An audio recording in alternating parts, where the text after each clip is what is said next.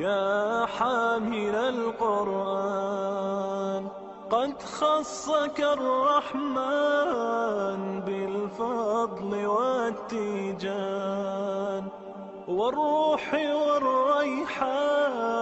يا حامل القرآن، قد خصك الرحمن بالفضل والتيجان والروح والريحان. يا دائم الترتيل للذكر والتنزيل، بشراك يوم رحيل ستفوز بالغفران. بسم الله الرحمن الرحيم، والصلاة والسلام على أشرف المرسلين. أنا الصيد أسماء، أبلغ من العمر 11 سنة، أدرس في السنة الثانية متوسطة محمدية عمارة. أتممت حفظ كتاب الله عز وجل في مسجد أبي بكر الصديق، ولكني طبعا في البداية واجهت صعوبات عديدة، ولكن بتحفيز الأستاذة كير مروة والزميلاتي في المسجد وأختي الكبرى استطعت أن أتغلب عليها. كما لا أنسى الدور الكبير الذي لعبته الأسرة في مساعدتي في إتمام حفظ كتاب الله عز وجل. كما أيضا يرى الكثير أن القرآن الكريم عائق للنجاح، بلى القرآن الكريم سبيلا للنجاح بالدراسة.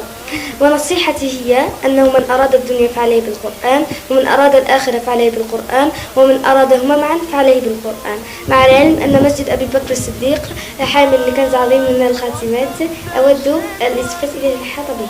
جزاكم الله كل خير، والسلام عليكم ورحمة الله تعالى وبركاته. يا حامل القرآن، يا حامل القرآن، يا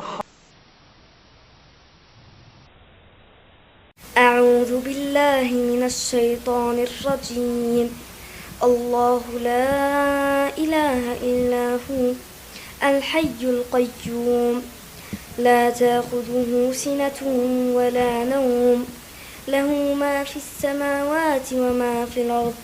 من ذا الذي يشفع عنده إلا بإذنه، يعلم ما بين أيديهم وما خلفهم، ولا يحيطون بشيء من علمه إلا بما شاء، وسع كرسيه السماوات والأرض، ولا يؤوده حفظهما، وهو العلي العظيم. يا حامل القرآن، يا حامل القرآن، يا حامل